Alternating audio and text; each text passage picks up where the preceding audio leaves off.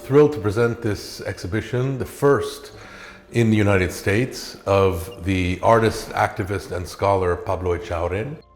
Arte-Azione looks at the scope of his work from the late 1970s up to the present, a body of work which has spanned 5 decades, beginning with a tumultuous student movement which erupted in Bologna and other Italian cities in the late 1970s, in some ways a culmination, an outgrowth of the revolutions of 1968, and in some ways a revision of them.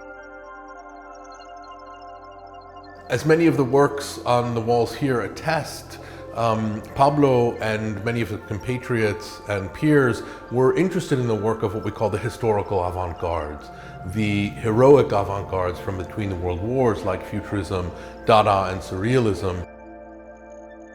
But the relationship to these historical avant-gardes was also one of revision and irony. So the invocations of artists like Marcel Duchamp are revised and played with. They're injected with slogans and puns and plays on words.